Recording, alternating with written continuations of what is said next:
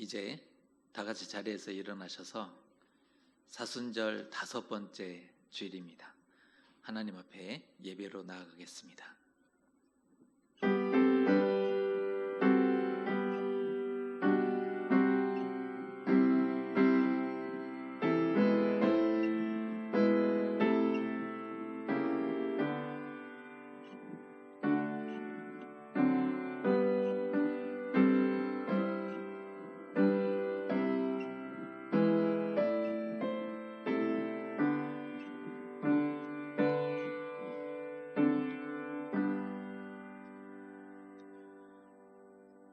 너희는 귀를 기울이고 내게로 나아와 들으라. 그리하면 너희 영혼이 살리라. 내가 너희를 위하여 영원한 언약을 맺으리니 곧 다윗에게 허락한 확실한 은혜이니라. 아멘. 하나님, 올해 사순절을 다른 때보다 더욱 힘들게 보내고 있는 것 같습니다. 코로나19로 인해 교회에서는 예배도 모임도 교제도 다 어렵게 되었고, 사회적으로는 거리두기로 인해 사람들을 멀리하고 있는 상황입니다. 시간이 길어지며 스트레스와 피로도 증가로 인해 모두가 힘들어하고 있습니다. 특정 대상을 향해 극심한 분노를 표출하기도 하고 쉬이 누군가를 비난하기도 하는 우리입니다. 연약한 우리를 지켜주시고 도와주셔서 지혜롭게 이 모든 일들을 극복하게 붙잡아 주시옵소서. 이 시간 하나님의 도우심과 은혜를 바라며 예배하오니 오늘 우리와 함께하여 주시고 주의 말씀으로 은혜 베풀어 주시옵소서. 예수님의 이름으로 기원하옵나이다. 아멘.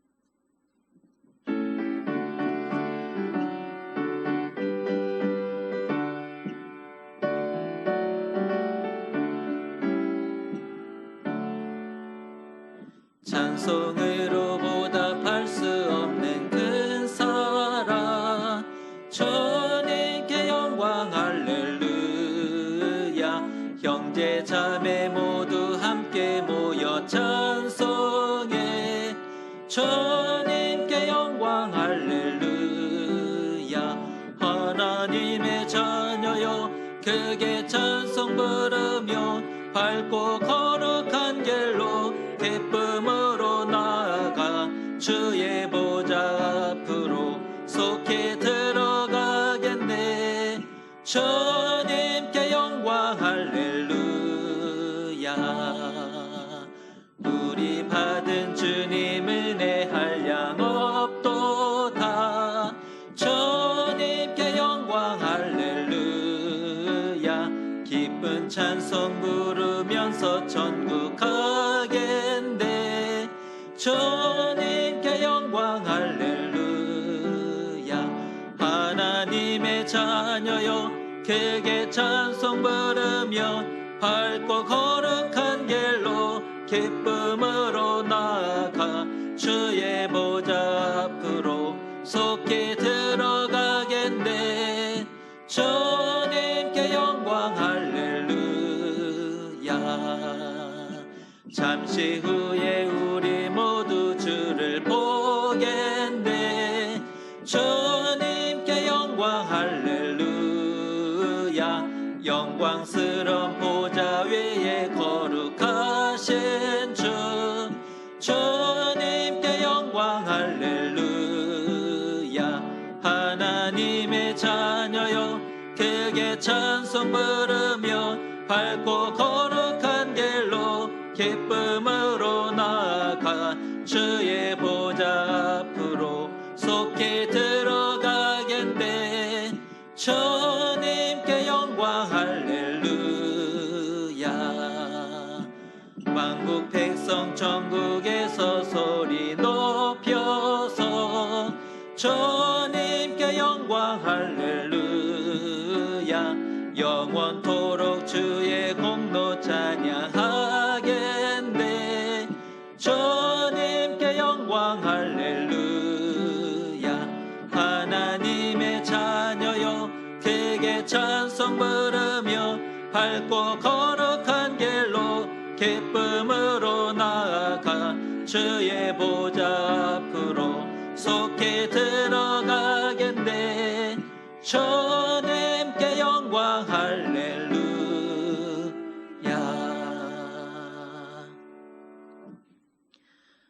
나는 전능하신 아버지 하나님 전지의 창조주를 믿습니다.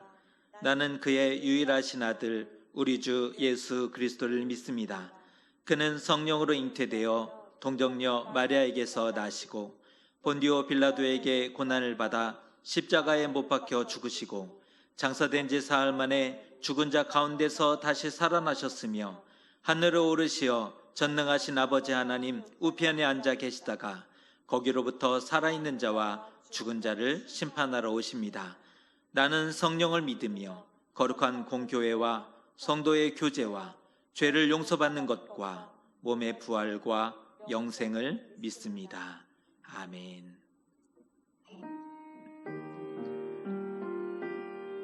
사랑과 은혜가 풍성하신 아버지 하나님, 그 크신 사랑을 의지하여 십자가 밑에 나아가 자복하나이다. 아무든지 나를 따라오려거든 자기를 부인하고 자기 십자가를 져야 한다 하셨습니다. 하지만 우리는 우리 자신을 부인해 본 적이 거의 없습니다. 하나님의 뜻보다 자신의 생각과 고집을 앞세우며 자신을 높이 드러내기에 바빴습니다. 또한 주님을 따르는 제자라 자처하면서도 주님 가신 십자가를 지려 하지 않았습니다. 작은 희생도 감당하지 못했고 육체의 안위를 끊임없이 추구하며 그렇게 살아왔습니다.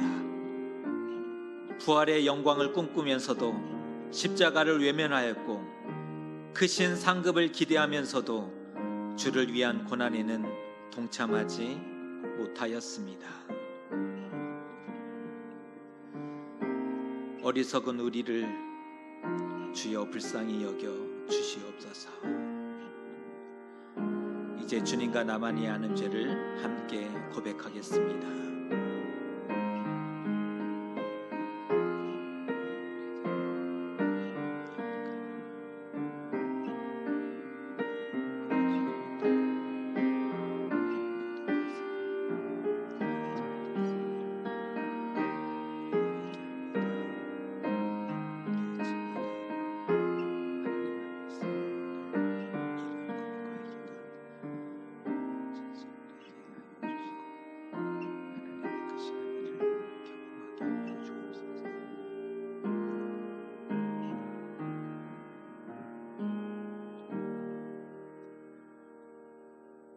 여기 하나님의 용서와 위로의 말씀이 있습니다. 너는 마땅히 공의만을 따르라. 그리하면 내가 살겠고 내 하나님 여호와께서 내게 주시는 땅을 차지하리라. 아멘. 성시교독은 교독문 128번 사순절 5번째 말씀입니다. 교독문 128번 사순절 5번째 말씀입니다. 나의 영혼이 잠잠히 하나님만 바라미어 나의 구원이 그에게서 나오는도다. 오직 그만이 나의 반석이시오 나의 구원이시오 나의 요새이시오 내가 크게 흔들리지 아니하리로다. 넘어지는 담과 흔들리는 울타리 같이 사람을 죽이려고 너희가 일제히 공격하기를 언제까지 하겠느냐? 그들이 그를 높은 자리에서 떨어뜨리기만 꾀하고 거짓을 즐겨하니 입으로는 축복이요 속으로는 저주로다. 나의 영혼아 잠잠히 하나님만 바라라. 물은 나의 소망이 그로부터 나오는도다. 오직 그만이 나의 반석이시오 나의 구원이시오 나의 요새이시니 내가 크게 흔들리지 아니하리로다. 나의 구원과 영광이 하나님께 있음이여 내 힘의 반석과 피난처도 하나님께 있도다. 백성들아 시시로 그를 의지하고 그의 앞에 마음을 토하라. 하나님은 우리의 피난처시로다. 아멘.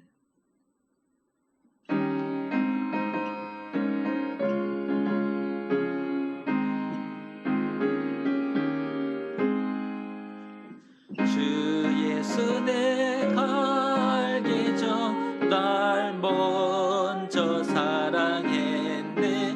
그 크신 사랑 나타나 내 영혼 거듭나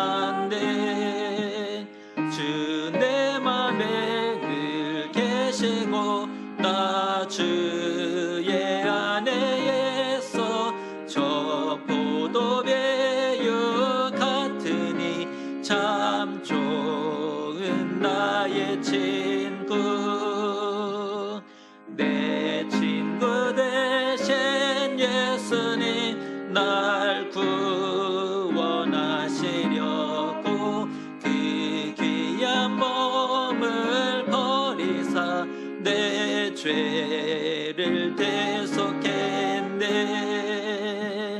나 주님을 늘 믿으며 그 손을 의지하고 내 몸과 마음을 바쳐서 끝까지 충성하리.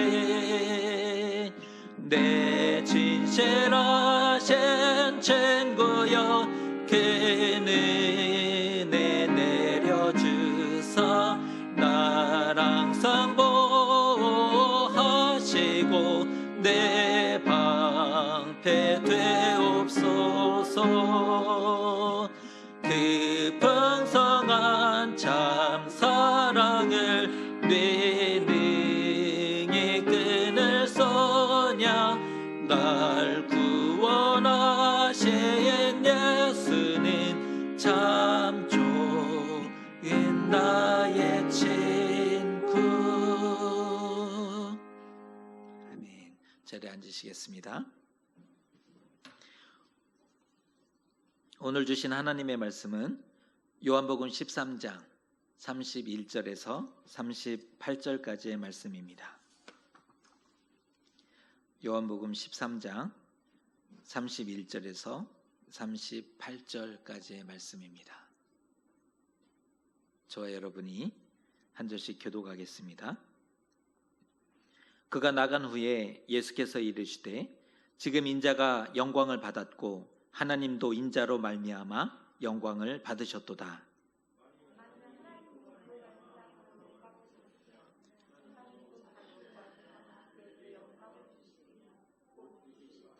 작은 자들아, 내가 아직 잠시 너희와 함께 있겠노라. 너희가 나를 찾을 것이나 일찍이 내가 유대인들에게 너희는 내가 가는 곳에 올 수 없다고 말한 것과 같이 지금 너희에게도 이르노라.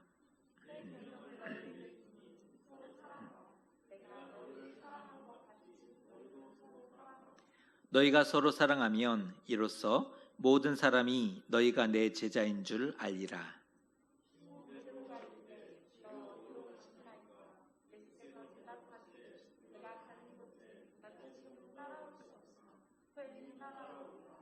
베드로가 이르되 주여 내가 지금은 어찌하여 따라갈 수 없나이까. 주를 위하여 내 목숨을 버리겠나이다. 예수께서 대답하시되 내가 나를 위하여 내 목숨을 버리겠느냐. 내가 진실로 진실로 내게 이르노니 다 굴기 전에 내가 3번 나를 부인하리라. 아멘. 한 주 평안하셨는지 모르겠습니다. 한번 좌우에 있는 분과 인사하겠습니다. 사랑합니다. 예, 축복합니다. 네, 잘 오셨습니다.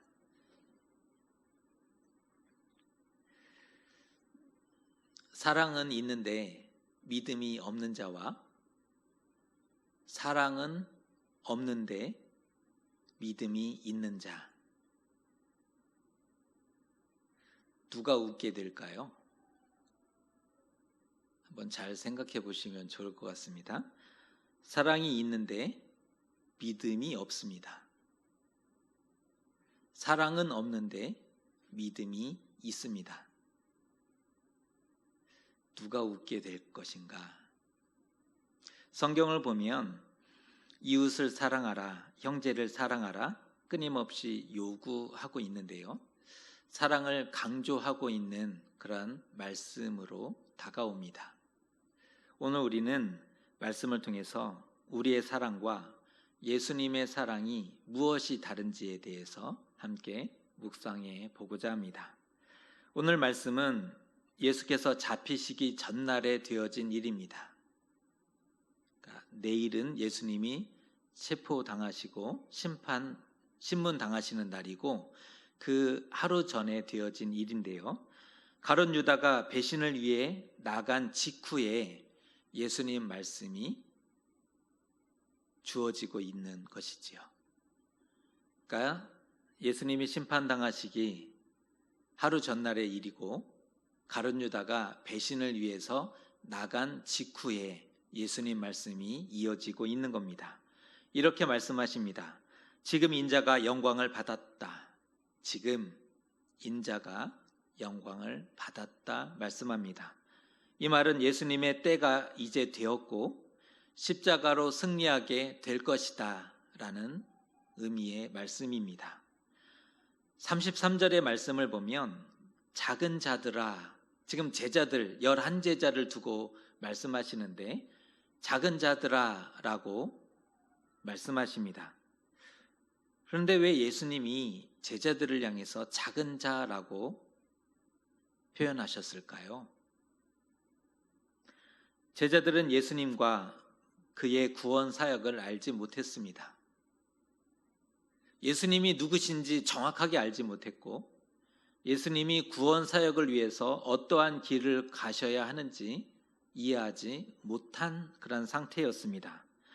예수님이 누구신지 모르니 합당한 영광을 올려드리지 못했고 길을 알려달라, 아버지를 보여달라, 답답하고 믿음 없는 모습을 보이게 되었던 것입니다. 분명 작은 자였습니다. 지금 제자들을 보면 작은 자인 거죠. 신앙적으로 미성숙하니 그리 대하시고 그렇게 부르셔도 할 말이 없습니다. 그러나 작은 자에게 주신 말씀이라 하기에는 너무 크고 감당할 수 없는 말씀을 주시는 겁니다. 말은 작은 자라고 말씀하셨는데 작은 자에게 주시는 것이라 보기에는 너무나 크고 또 감당할 수 없는 말씀을 이어서 하셨습니다. 내가 이제 가면 나를 찾아도 찾지 못하고 너희는 올 수도 없다. 임박한 순환에 대해서 예고하시고 이렇게 부탁하시는데 예수님의 부탁의 말씀이 34절의 말씀입니다. 이 말씀을 같이 한번 읽어보겠습니다. 시작. 새 계명을 너희에게 주노니 서로 사랑하라. 내가 너희를 사랑한 것 같이 너희도 서로 사랑하라. 이것은 예수님이 주신 새로운 계명입니다. 그런데 서로 사랑하라 하는 이 예수님 말씀에 많은 오해가 있는 것 같습니다. 서로 사랑하라 이 예수님 말씀에 우리는 많은 오해를 하고 있다는 것입니다. 사랑은 말이 아닌 행동이고 배려이고 선행이다. 이 말 표현이 어떻게 다가오십니까? 사랑은 말이 아니라 행동이고 배려이고 선행이다. 이 표현은 틀린 말이 아닙니다. 이 말 자체는 맞는 말이지요. 하지만 방향에 문제가 있어 보입니다. 사랑의 방향과 목적, 이것을 오늘 한번 확인할 필요가 있을 것 같습니다. 그리스도인들에게는 사랑해야 한다는 부담감이 남아 있습니다. 여러분의 마음에도 사랑해야 하는데 라는 부담감이 분명히 남아 있으실 것입니다. 친절하지 않고 배려하지 못하면 사랑이 없는 것이라고 오해하고 그렇게 그러한 대접을 받죠. 친절하지 않는 것, 배려하지 못하는 것, 사랑이 없는 것이라고 생각한다는 것입니다. 많은 그리스도인들이 착한 사람 콤플렉스에 빠져 있습니다. 착한 사람이 되어야 되는데 이 콤플렉스에 빠져 있는 것 같습니다. 그 기준으로 다른 사람을 바라보죠. 그러니까 그 기준이 있기 때문에 그 기준으로 다른 그리스도인들을 바라보고 또 자기 자신을 스스로 매질하는 것을 보게 됩니다. 선을 행하고 사랑을 베풀고 그것이 빛과 소금이 되는 것이라고 생각한다는 것입니다. 우리는 사람 좋은 사람과 믿음 좋은 사람을 구분하지 못합니다. 그렇게 되었습니다. 사람 좋은 사람인지 믿음이 좋은 사람인지를 구분하지 못하게 되었습니다. 사랑 많은 것이 믿음이 좋은 것일까요? 사랑이 많고 정이 많다고 믿음이 좋은 것일까? 점점 신앙의 인본주의가 짙어지고 있다는 겁니다. 교회 안에서도 신앙적 인본주의가 짙어지고 있습니다. 우리의 삶의 목적이 사랑 많은 사람은 아닐 텐데 말입니다.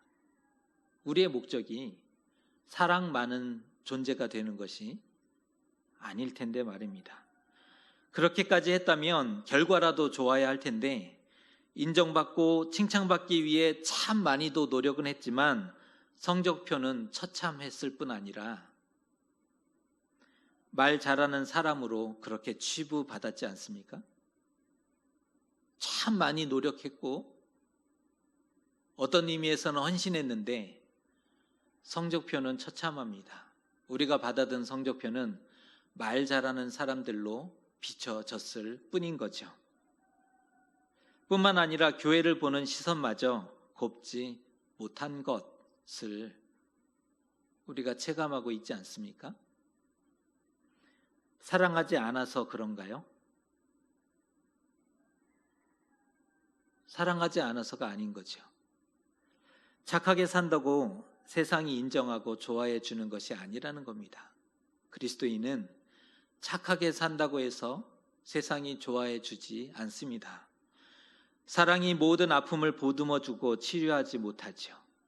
땅 위에 있는 모든 갈등과 차별을 해결해 줄 수 없고 세상 욕심을 다 채워줄 수 없는 것입니다. 그럼에도 왜 그렇게 살고자 했을까요? 주님의 명령이기에 묻지도 않고 따지지도 않고 사랑한 것이었죠.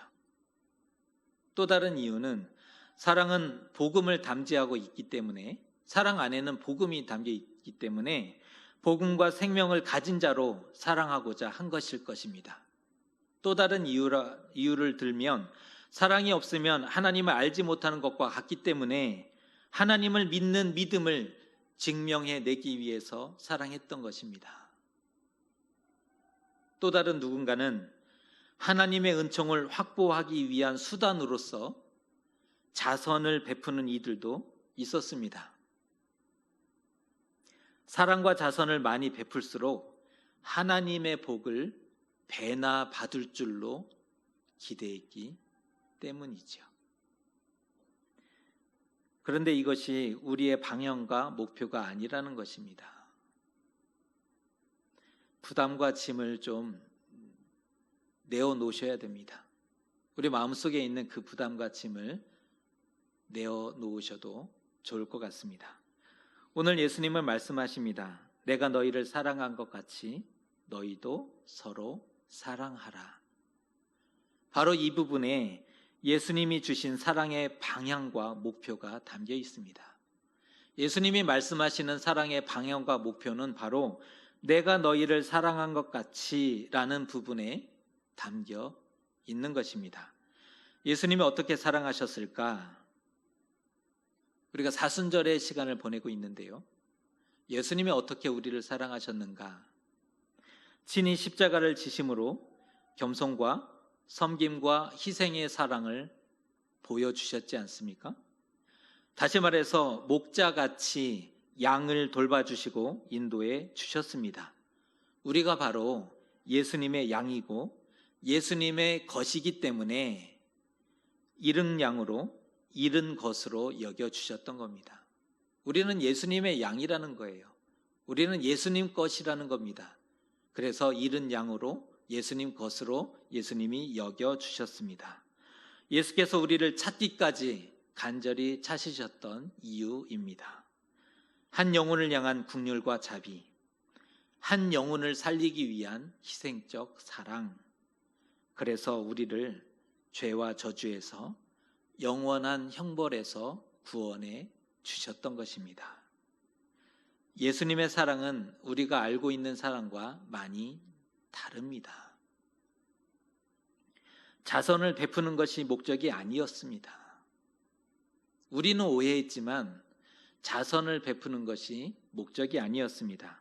무엇을 해도 용서하고 사랑해야 한다? 한없이 좋은 그런 사랑이 아니라는 겁니다. 사랑한다 말하는 것, 말과 행동에 친절한 것이 아닙니다.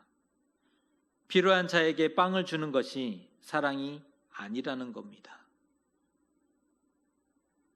필요한 자에게 빵을 주는 것을 우리는 사랑이라고 이해했지만 필요한 자에게 빵을 주는 것이 사랑이 아니라고 말씀합니다. 사랑은 영혼을 사랑해서 주는 것이고 그것이 빵으로 표현되었을 뿐입니다. 구제하고 살리는 것도 마찬가지죠. 왜 구제하는가? 왜 살려야 하는가? 살려서 주어진 삶에 합당하게 살아가도록 돕는 것이고 잃은 것을 다시 찾고 회복하게 하기 위해서 구제하고 살리는 것, 그것이 바로 사랑인 것입니다. 한마디로 생명과 구원을 주지 못하면 진정 사랑하는 것이 아닌 거죠. 빵을 주었지만 구원과 생명이 전달되지 않으면 사랑하는 것이 아닙니다. 영혼을 향한 사랑이고 구원이기 때문에 그런 것입니다. 그래서 사랑한다면 매도 들어야 되는 것이고 때로는 눈물 젖은 빵을 먹게 할 수도 있는 것입니다. 하나님이 우리를 사랑하시는 방식이 아마 이 영역에 속해 있을 것입니다. 사랑하기 때문에 매도 드시고 사랑하기 때문에 때로는 눈물 젖은 빵도 먹게 하시는 것이지요. 아버지가 사랑하는 아들을 징계함같이 자녀가 잘못되었을 때 오냐오냐 하는 것이 사랑이 아니잖아요. 부모님의 사랑은 가르치는 것이죠. 책망하는 것이고 돌이키게 하는 것일 겁니다. 오늘 말씀을 보면 닭 울기 전에 내가 3번 나를 부인하리라 이렇게 가르쳐 주시는 것도 베드로에게 다가올 실패에 대해서 알려주시지 않습니까? 이것도 바로 이와 같은 맥락에서 주어진 말씀입니다. 물론 진심이 전달되는 것은 쉽지가 않습니다. 사람은 배려가 계속되면 권리인 줄 압니다. 배려를 해주었는데 그것이 계속되었더니 마치 자신의 권리인 줄 알고 그렇게 생각하는 것이 사람입니다. 선을 악으로 갚는 경우가 허다하고요. 처음에는 칭찬하지만 쉽게 보고 이용합니다. 그래서 잠언의 말씀, 잠언 29장 21절은 이러한 말씀으로 경고해 줍니다. 종을 어렸을 때부터 곱게 양육하면 그가 나중에는 자식인 채 하리라. 이 말이 안 되는 건데 종을 어렸을 때부터 자식과 같이 대하면 나중에는 딴짓하죠. 그런 일을 경험하면 우리의 마음이 무너지고 많이 고통스러울 수 있습니다. 그럼에도 지속해야 하는 이유는 생명과 구원을 위해서일 것입니다. 그래서 상대가 반응하지 않고 응답이 없고 알아듣지 못해도 사랑을 포기하지 않고 지속할 수 있는 것입니다. 예수께서 내가 너희를 사랑한 것 같이 사랑하라 하신 이유가 바로 여기에 있습니다. 우리는 우리 마음이 무너지면 다시는 사랑할 수 없는 존재가 되어버리지만 영혼을 위해서, 생명을 위해서 사랑을 포기하지 말고 지속할 수 있게 되는 것이지요. 세상에는 분명 큰 자가 존재합니다. 세상에는 큰 자가 있는 것 같습니다. 천국을 보고 살자. 믿으면 복받고 근심, 걱정, 염려가 없는 것이다. 병도 이기고 바이러스도 무섭지 않다. 큰 자입니다. 불의와 싸우다가 순교하면 영광인 것이고 천국 가니 감사하다. 우리가 많이 듣는 그러한 말 중에 하나일 겁니다. 불의와 싸우다가 순교하게 되면 영광이 되죠. 천국 가게 되면 그것도 감사하죠. 베드로처럼 주를 위하여 내가 목숨을 버리겠나이다. 큰 소리치고 장담합니다. 큰 자입니다. 반면 작은 자들은 부끄러워서 명함도 내밀지 못합니다. 믿음이 없는 것 같아 주눅들고 왜 마음의 풍랑은 그렇게 자주 요동치는지, 정말 나는 믿는 자가 맞는지 의심스러울 때도 많죠. 그럼에도 신락 같은 믿음의 끈을 부여잡고 하나님 나라가 과연 어떠한지에 대해서 고민하며 한 걸음 한 걸음 나아갑니다. 비록 삶이 초라하고 볼품없어서 하나님의 살아계심을 증명해내지는 못하지만 포기하지 않고 힘쓰고 애쓰고 노력하는 작은 자들. 나는 아무것도 할 수 없기에 주님이 한 번만 도와주시면 이 일도 해볼 수 있겠습니다. 나에게는 믿음이라는 것을 찾아볼 수 없어 하나님 앞에 헌신하고 충성할 수는 없지만 붙잡아만 주신다면 믿음은 버리지 않겠습니다. 작은 자들. 여러분은 어떤 사람이 되고 싶으십니까? 큰 자가 옳다. 하나님의 뜻에 더 합당하다. 믿음도 크고 상급도 좋다. 그렇게 얘기할 수 없을 것입니다. 큰 자인가 작은 자인가 이것을 떠나서 더 중요한 삶의 방향과 목적이 있는데 그것은 영혼과 구원을 포기하지 않는 것일 것입니다. 그리스도인이 사랑하는 이유는 예수님 때문이죠. 우리에게 사랑이 많아서 사랑을 베푸는 것이 아니라 우리가 사랑하는 것은 예수님 때문입니다. 먼저 우리를 사랑해 주셨습니다. 십자가로 보여주신 그 사랑을 우리는 받은 사람들입니다. 가장 큰 사랑은 다른 사람을 위해서 자기 생명을 버리는 것 아니겠습니까? 예수께서 그리하셨습니다. 그와 같이 버려두지 않으셨고 친구를 위하여 목숨을 버리셨습니다. 네가 바로 나의 친구다. 친구를 위해서 목숨을 버리셨습니다. 그 크신 사랑을 받았으니 우리도 서로 사랑하는 것이 마땅할 것입니다. 잊지 말 것은 사랑에는 방향과 목적이 있다는 것입니다.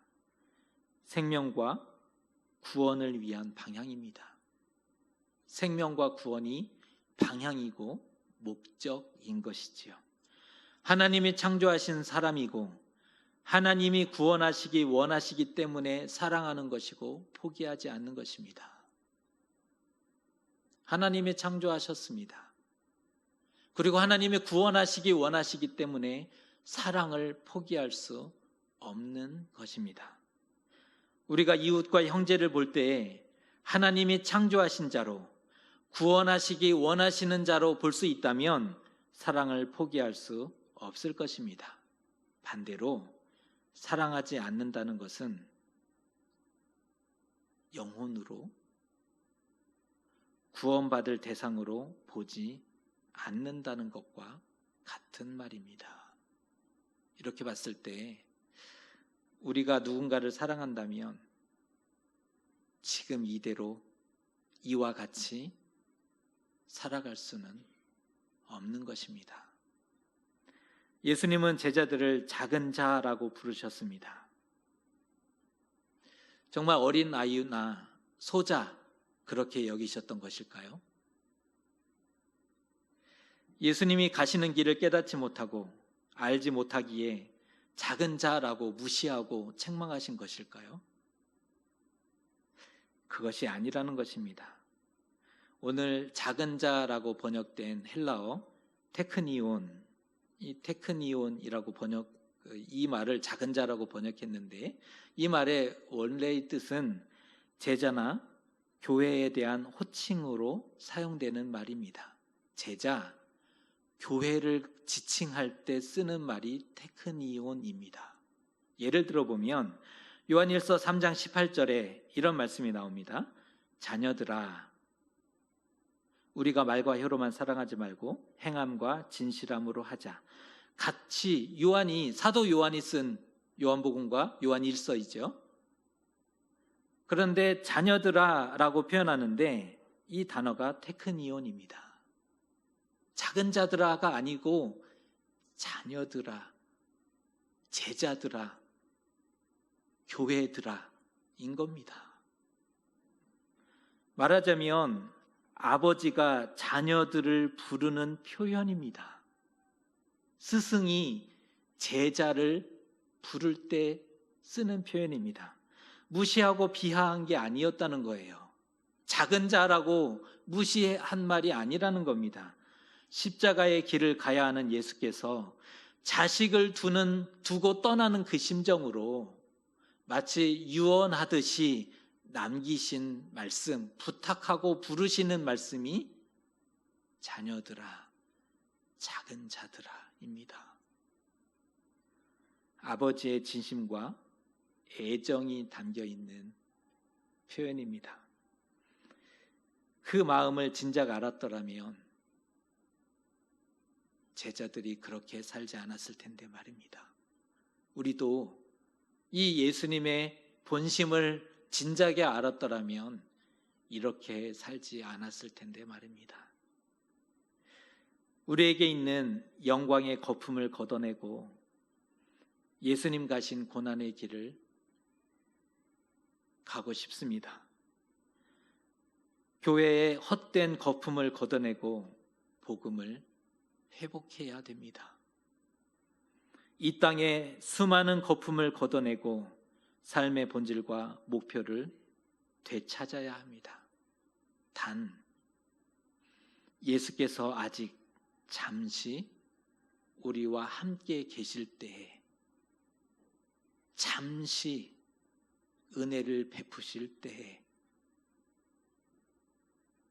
깨우치고 믿음을 회복해야 하는 것입니다. 비록 지금은 주님이 가시는 곳에 따라갈 수 없을지 모르나 후에는 따라가게 될 것입니다. 예수께서 우리를 끝까지 사랑하셨음을 잊지 마셨으면 좋겠습니다. 얄팍한 사랑에만 머물지 마시면 좋겠습니다. 사랑이 있느냐 없느냐, 사랑이 식었느냐 안 식었느냐, 사랑 자체에 붙잡히는 것은 속는 것입니다. 왜 이렇게 사랑이 없어? 이 말은 틀린 것이지요. 사랑 자체에 붙잡히는 것은 속는 것입니다. 제자가 되지 못해도 괜찮습니다. 큰 자가 되고자 하는 욕심은 애초에 없습니다. 그저 진리를 소유한, 진리를 깨달은 작은 자로, 더 중요한 자녀로 서로 사랑하며 사랑받고 살아갔으면 좋겠습니다. 생명과 구원을 위해서. 하나님의 창조하신 사람과 예수께서 구원하시기 원하시는 영혼들이 있는 한 우리는 사랑을 포기할 수 없을 것입니다. 그렇게 살아갈 때 세상은 예수님을 보게 될 것입니다. 사랑을 하기 때문에 예수님을 보는 것이 아니라 생명과 구원을 위해 사랑을 베풀 때, 그때 비로소 세상이 예수님을 보게 되는 것입니다. 저와 여러분, 우리가 살아갈 때 세상에 예수님을 보여주시는 그런 그리스도인으로 이 땅을 살아갈 수 있기를 축복합니다. 기도하겠습니다. 예수께서 십자가의 길을 가시며 내가 너희를 사랑한 것 같이 너희도 서로 사랑하라 하셨습니다. 우리도 예수님의 사랑을 본받되 생명과 구원을 위해서 사랑하고 하나님의 창조하신 세상과 구원하기 원하시는 영혼들을 복되게 섬겨가게 하여 주시옵소서. 이 세상에 예수님을 보게 하는 그런 그리스도인으로 우리가 이 땅의 삶을 살아내게 하여 주시옵소서. 예수님의 이름으로 기도드리옵나이다. 아멘.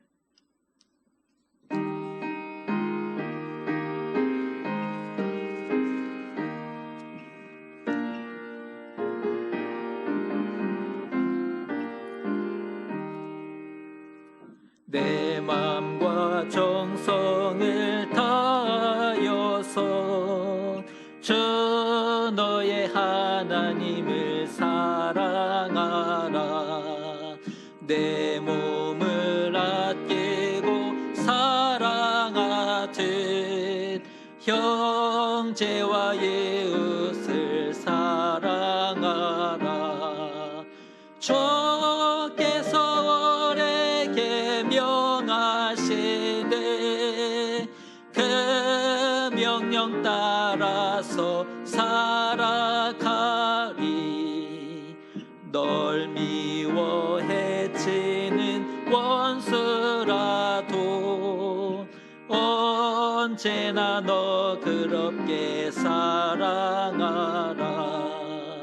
널 핍박하는 자 외에서도 신실한 마음으로 복을 빌라. 주께서 우리에게 명하시네 그 명령 따라서 살아가리. 나 항상 주님을 멀리하고 형제를 사랑하지 못하였다. 이러한 죄인을 사랑하사 주께서 몸버려 죽이셨다. 속죄의 큰 사랑 받으니 몸 내 생명 다 바쳐 충성하리.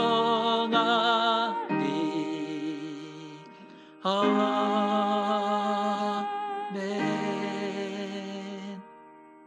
기도하겠습니다. 하나님, 오늘 우리는 주어진 처소에서 예배를 올려드립니다. 비록 이렇게 하나님 앞에 예배를 드리지만 이 시간 모든 것이 주께로부터 왔음을 고백하며 이 예물을 올려드립니다.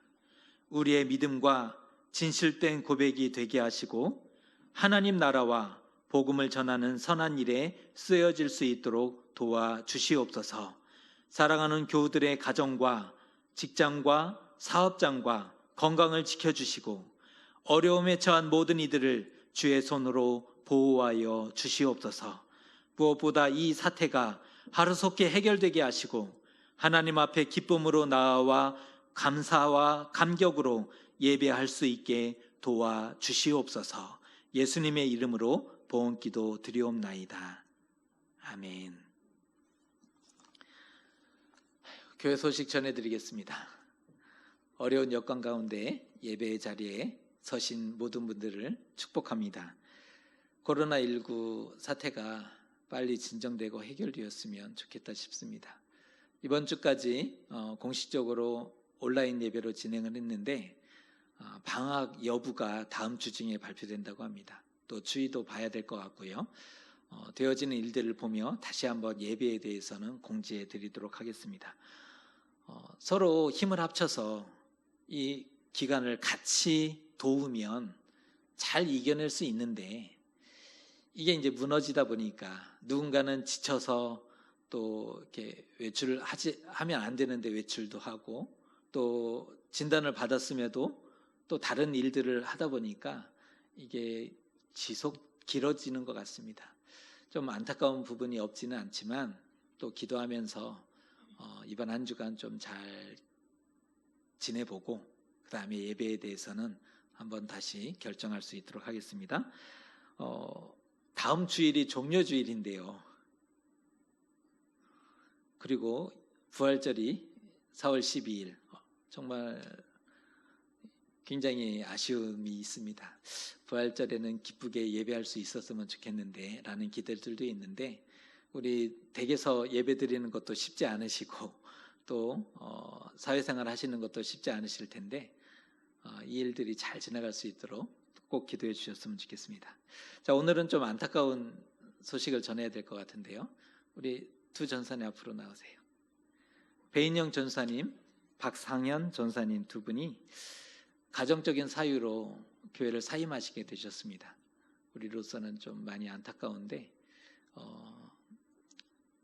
또 교인들도 없는 상황에서 이렇게 인사하게 돼서 죄송한 바도 있습니다. 교회가 개척해서 어려울 때 또 많이 도와주셨고 또 수고하신 전사님인데요. 인사하고 들어가실 때 우리 박수 한번 하겠습니다. 자, 차렷 인사. 네, 고생하셨습니다. 자, 이제 다 같이 자리에서 일어나셔서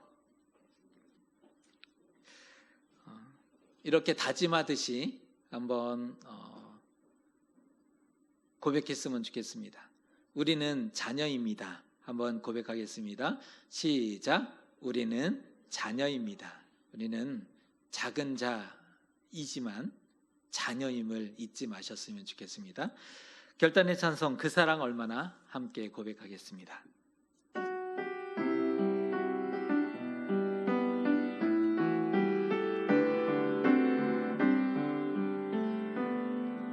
다 표현 못해도 나 표현하리라. 다 고백 못해도 나 고백하리라. 다 알 수 없어도 나 알아가리라. 다 닮지 못해도 나 닮아가리라. 다 표현 못해도 다 표현 못해도 나 표현하리라. 다 고백 못해도 나 고백하리라. 다 알 수 없어도 나 알아가리라. 다 닮지 못해도 나 닮아가리라.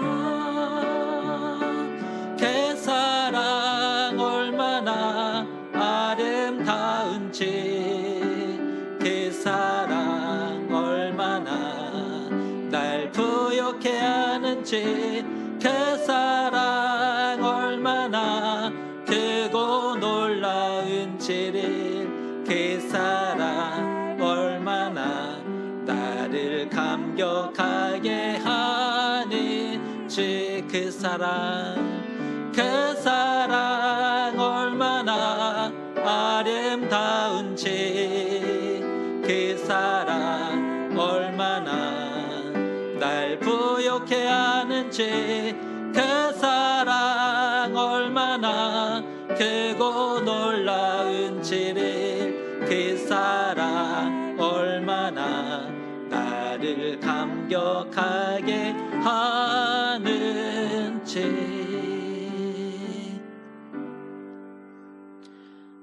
우리는 작은 자입니다. 보기에 답답하고 믿음 없는 모습뿐이고 영향력은 고사하고 살아있는 것 자체가 기적처럼 보이는 자입니다. 그러나 하나님 보시기에 자녀임을 잊지 마시기 바랍니다. 생명과 구원을 위해 섬겨갈 때 세상은 예수님을, 우리를 통해 예수님을 보게 될 것입니다. 이제는 우리 주 예수 그리스도의 크신 은혜와 하나님 아버지의 놀라우신 사랑하심과 성령의 교제하심이 하나님의 자녀로 생명과 구원을 위해 사랑하고자 결단하는 우리 교우들 머리 위에와 삶의 걸음 위에 이제로부터 영원토록 함께 하시옵기를 간절히 축원하옵나이다. 아멘.